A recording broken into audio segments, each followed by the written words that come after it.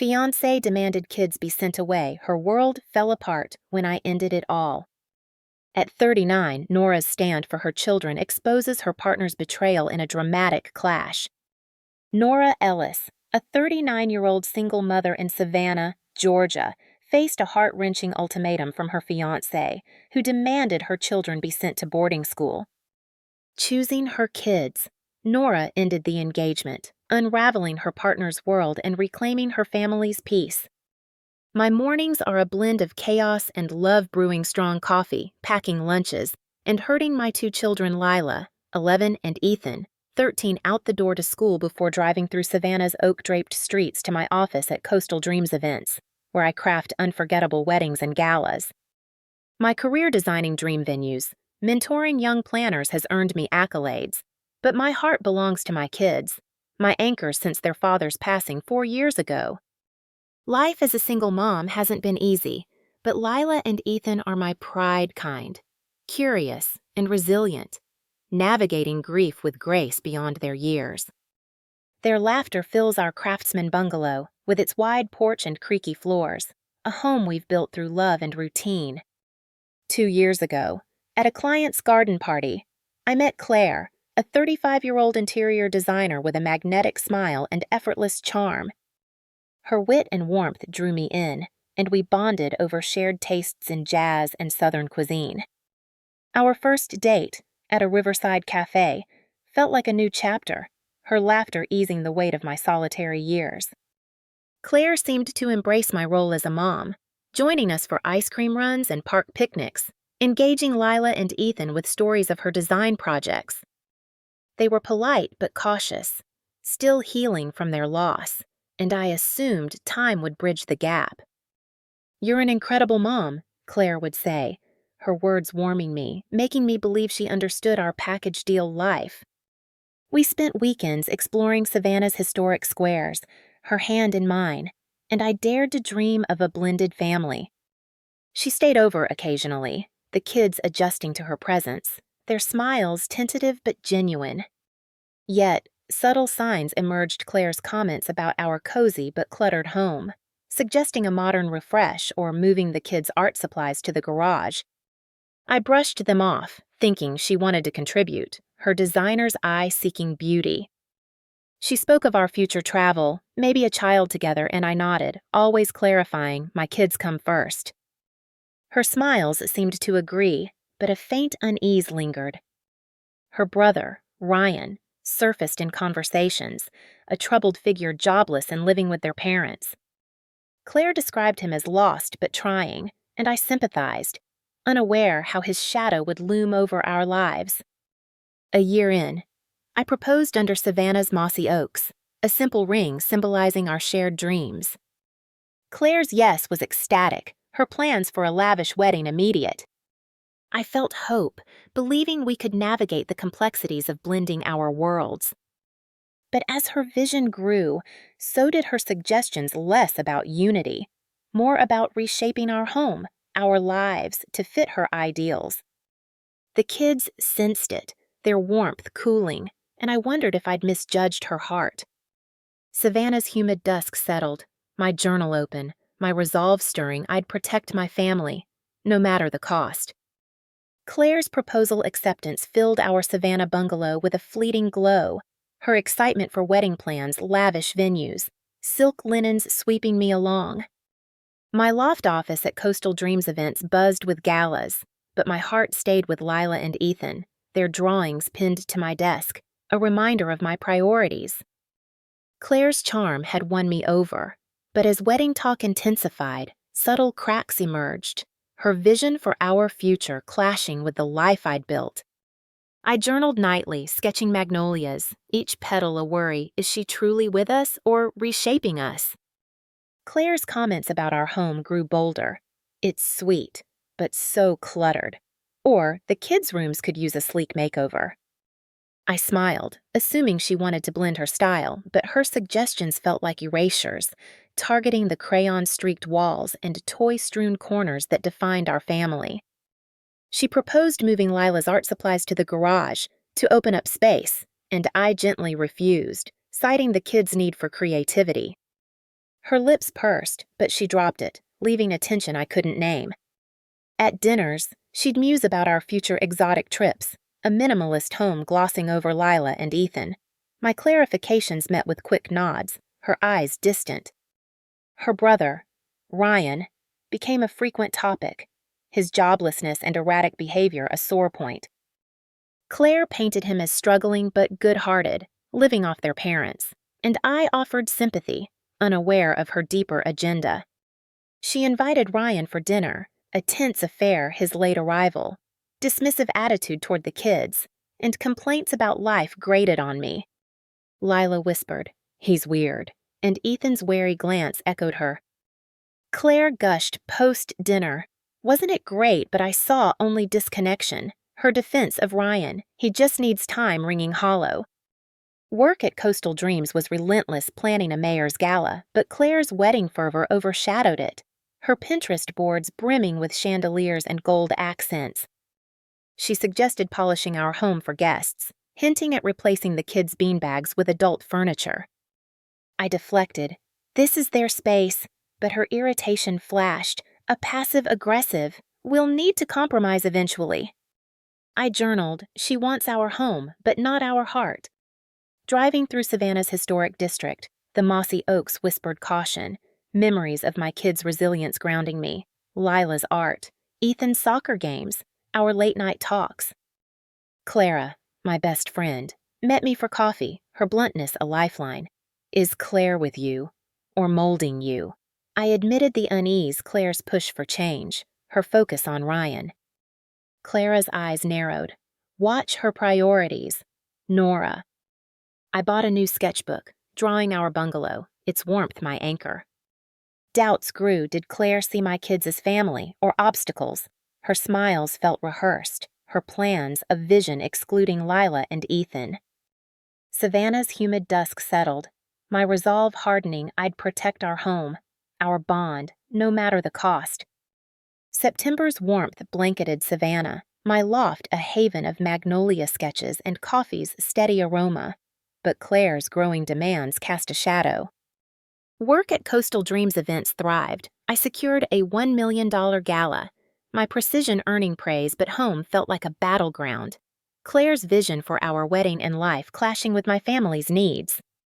My journal filled with stormy rivers, each line a worry she's pushing. But for what Lila and Ethan sensed the shift, their smiles fading when Claire visited, their caution a silent alarm. Claire's suggestions escalated. She proposed turning the kids' study, a haven for Lila's crafts and Ethan's books, into a guest suite, calling it a compromise. I refused, voice firm. "That's their space, Claire." Her eyes flashed, a curt, "We'll need space for family," hinting at Ryan. Her brother's presence loomed larger. She spoke of his rough patch, his need for a fresh start, her tone pleading yet expectant. I nodded, uneasy, recalling his dismissive demeanor at dinner, his disregard for my kids. Clara warned over lunch, "She's prioritizing Ryan, Nora." "Be careful." The tension peaked one Saturday when Ryan arrived unannounced, his sharp knock interrupting breakfast. Lila and Ethan, sprawled with cartoons, froze as I opened the door. Ryan's smug grin greeted me. "Thought I'd check out the place, since Sarah says I might crash here." My stomach churned. Claire hadn't mentioned this. "She didn't tell me," I said, voice tight. He shrugged, stepping inside. "She said it's basically set." He plopped onto the couch, eyeing the kids' toys cozy setup. Ethan's wary glance met mine, Lila inching closer to her brother. Claire arrived minutes later, her smile forced. "Oh, Ryan's early. I sent the kids upstairs." Turning to her. "What's this about him moving in?" She waved it off. "Just exploring options." "Ryan needs us," I snapped. "We never agreed to this." "This is their home." Ryan scoffed. "Chill, I won't be in the way," but his entitlement grated. Claire's defense, "He's family." Nora echoed her growing detachment. I ended the visit, Ryan muttering as he left, Claire's silence heavy. I journaled, "She's choosing Ryan over us." Work offered respite a jazz festival pitch, but Claire's push for Ryan's inclusion gnawed. Memories surged $2,000 for her design project, $1,500 for family trips, my sacrifices unthanked. I sketched a fractured oak, its roots my resolve. Clara met me at Forsyth Park, her words sharp. She's reshaping your life, not joining it. Savannah's dusk settled. My heart set on protecting Lila and Ethan, their home a sanctuary I'd defend against Claire's encroaching demands. October's golden light filtered through Savannah's oaks, my loft a refuge of sketches and coffee, but Claire's escalating demands darkened our home. Coastal Dreams events buzzed. I planned a $2 million charity ball, but Claire's wedding plans consumed her, her vision of a polished life clashing with our family's warmth. My journal, filled with stormy magnolias, captured my unease. She's pulling us apart. Lila and Ethan grew distant, their laughter muted when Claire visited, their instincts sharper than mine. Claire's comments about our home intensified. She suggested streamlining the kids' rooms, moving Ethan's books to storage for a cleaner aesthetic. I deflected. They need their space, but her irritation flared. We're starting a life, Nora. We need room. Her focus on Ryan grew. She proposed he visit more post-wedding, hinting at a longer stay. I shut it down, citing the kids' stability, but her passive-aggressive, family helps family, left a chill. Then, Ethan asked at dinner, "What's boarding school?" My heart stopped. He'd overheard Claire mention it to Lila, framing it as an exciting opportunity. I confronted Claire that night, voice low to spare the kids. "Why are you planting ideas like that?" She laughed, dismissive. "It was just talk. Boarding schools have great programs." I pressed. "They don't need programs. They need home." Her defensiveness surfaced. I'm trying to help them grow. The argument fizzled, but her words lingered, a red flag I couldn't ignore. Work was a lifeline, securing a music festival contract, but Claire's influence crept in. Her wedding plans, gold chandeliers, imported flowers feeling like a stage for her, not us. Clara met me at Savannah's riverfront, her bluntness grounding. "She's testing your boundaries, Nora." I nodded, recalling Claire's $3,000 consulting fee I'd covered, her family's demands $2,000 for Ryan's restart draining me. I painted a blazing river, its currents my fury, vowing to protect my kids. Lila's quiet. "Is Claire staying forever?" broke my heart, Ethan's wary eyes echoing her fear. I journaled, "She's reshaping us for Ryan, not love." Driving through Forsyth Park, the oaks whispered strength. My resolve hardening. I'd face Claire's intentions. Our family's sanctuary, non-negotiable. November's crisp air swept through Savannah, my loft a fortress of sketches and coffee, but Claire's demands cast a growing shadow. Coastal Dreams events thrived.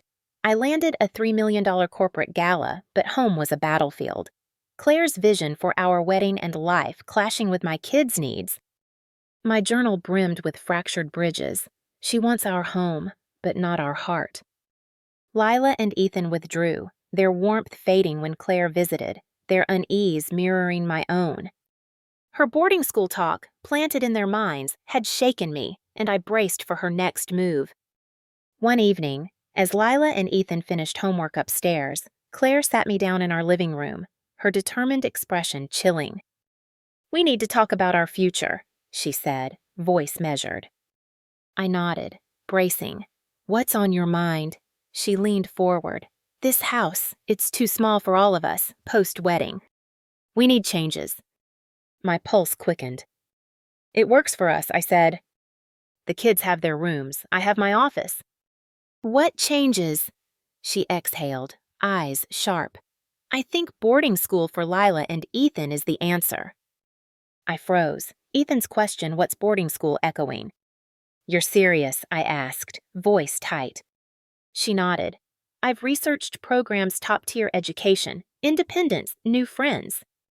"It's perfect." I leaned forward. "What's the real reason, Claire?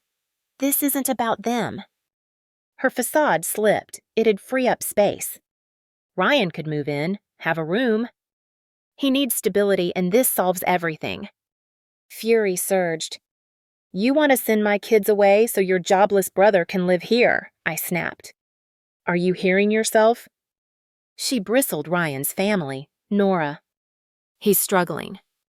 This gives him a chance, and us a fresh start. I stood, voice rising. My kids are my family. They need stability, not exile after losing their dad. You're prioritizing Ryan over them. Her eyes hardened. You're being selfish. Boarding school's a gift for them, and we'd have space for our life. I shook my head. Their home is their life. I'm not sacrificing that for Ryan's chaos. Claire stood, arms crossed. If you can't put my family first, maybe this wedding's off.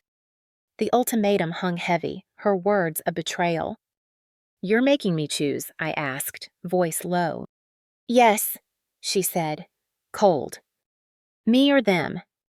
I met her gaze, them. Always. Silence fell, her shock palpable.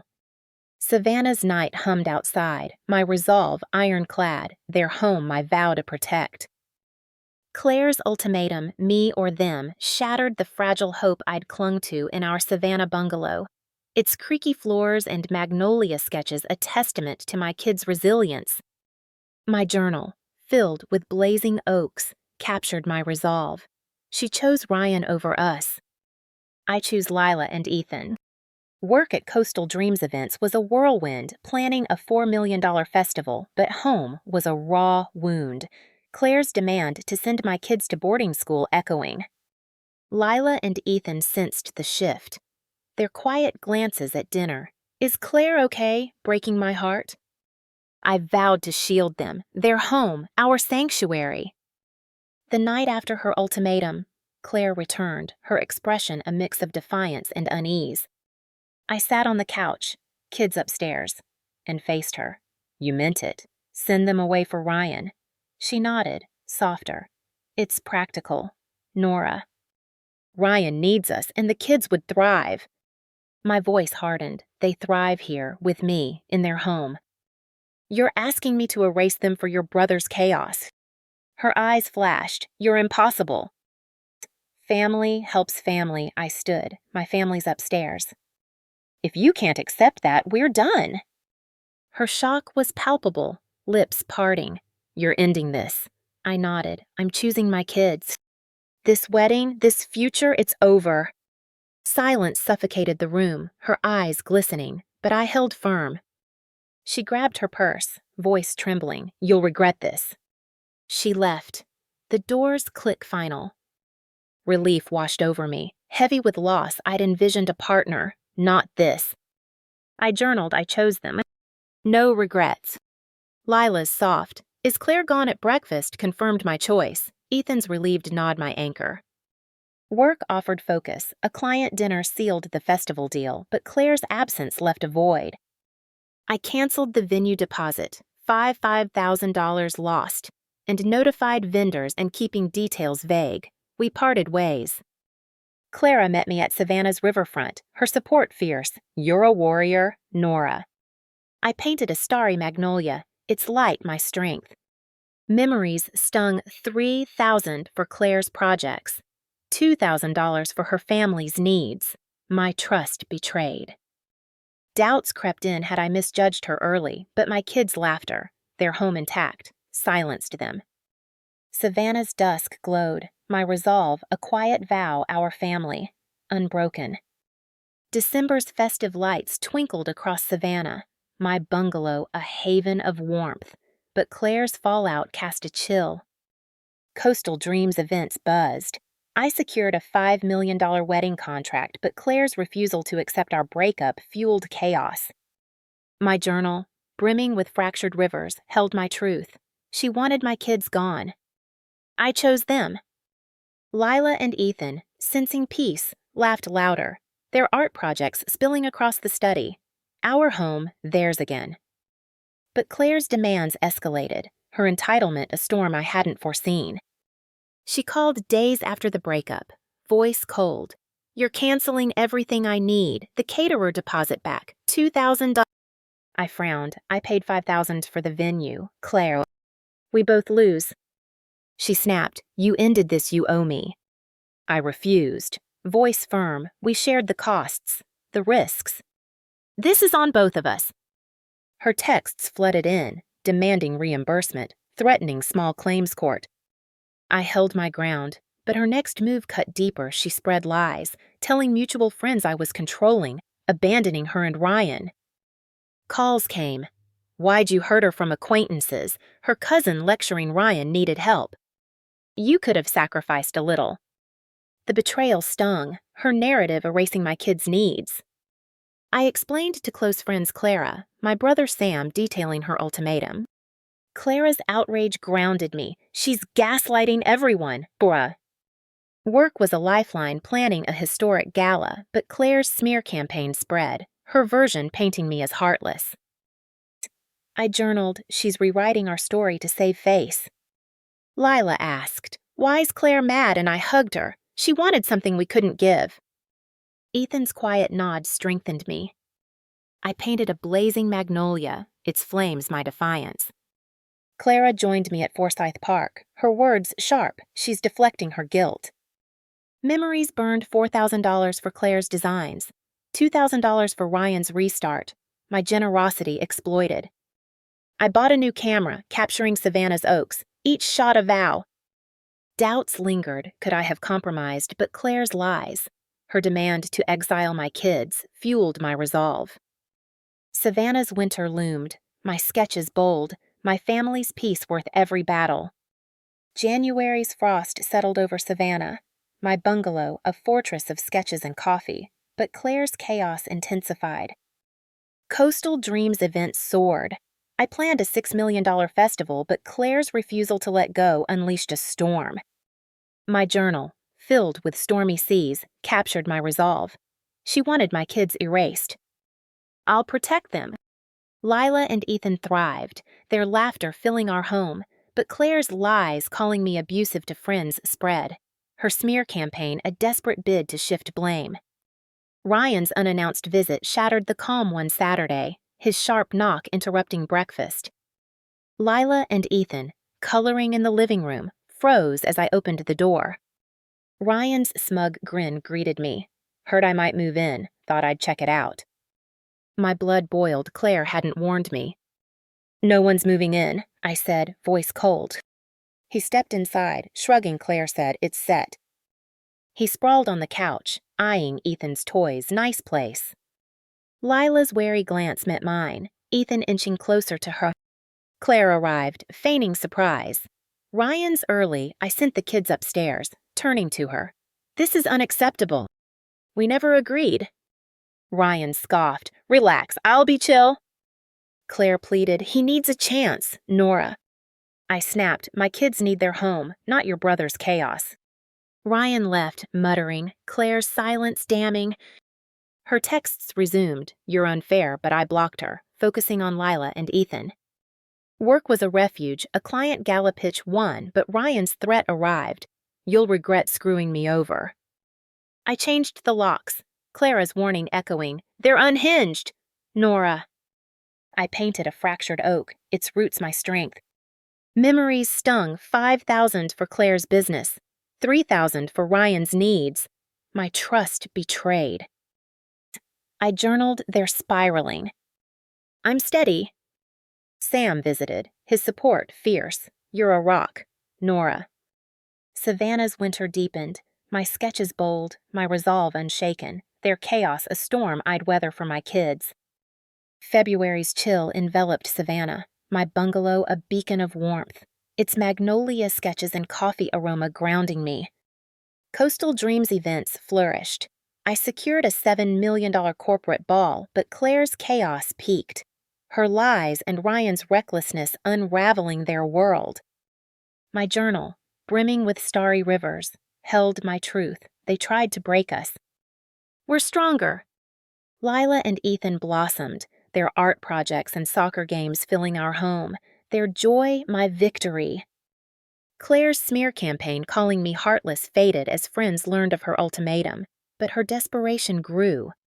A mutual friend revealed Ryan's betrayal. He'd stolen thousands from Claire's account during a drunken spree, vanishing without a trace. Claire, now financially ruined, appeared at my door, eyes sunken. Ryan took everything. "Help me, Nora." Her plea echoed her past demands, and I flashed back to her ultimatum: send my kids away for Ryan. "This isn't my mess," I said, voice steady. "You chose him over my family. Deal with the fallout." Her anger flared. "You're cruel," I replied. "No, I'm done." "You prioritized Ryan, not us." She left, defeated. Her empire-crumbling sponsors dropped her design firm. Friends distanced themselves as Ryan's theft spread. I journaled, "Their chaos isn't mine." "We're free." Clara hosted a dinner, her pride fierce. "You saved your kids." "Nora." I painted a blooming magnolia, its light my legacy. Memories burned $6,000 for Claire's ventures, $4,000 for Ryan's restart. My generosity exploited. Sam called, "You're a hero." I bought a new easel, sketching Savannah's skyline, each line a vow.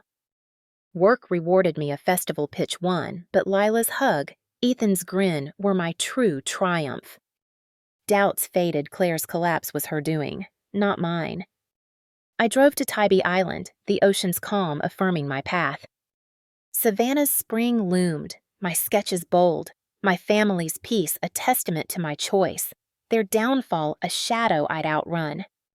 March's soft light bathed Savannah, my bungalow a sanctuary of sketches and coffee, its warmth a mirror of our family's resilience. Coastal Dreams events reached new heights. I led a $8 million music festival, earning a $40,000 bonus and industry acclaim. Photography workshops, a new passion, saw me mentoring teens, their shots of Savannah's oaks igniting my creativity. My blog, sharing our story, reached thousands, readers writing, "You're my inspiration." Lila and Ethan thrived, their laughter echoing, our home, their unshaken haven. Claire and Ryan faded, her firm bankrupt, him still missing, their lies demanding my kids' exile buried under their collapse. At a community gala, a scholarship in my late husband's name honored unsung builders, my speech resonating. Family is loyalty, not sacrifice. The ovation was my piece, a symphony of clarity. I hung a sketch, a woman by a river, magnolias blooming, stars bright. I was Nora Ellis, planner, artist, mother not defined by betrayal, but lifted by my stand. The past, Claire's ultimatum. Ryan's chaos was dust, my future, a radiant spring. Savannah's oaks stood tall, my legacy love, truth, family, a light for others.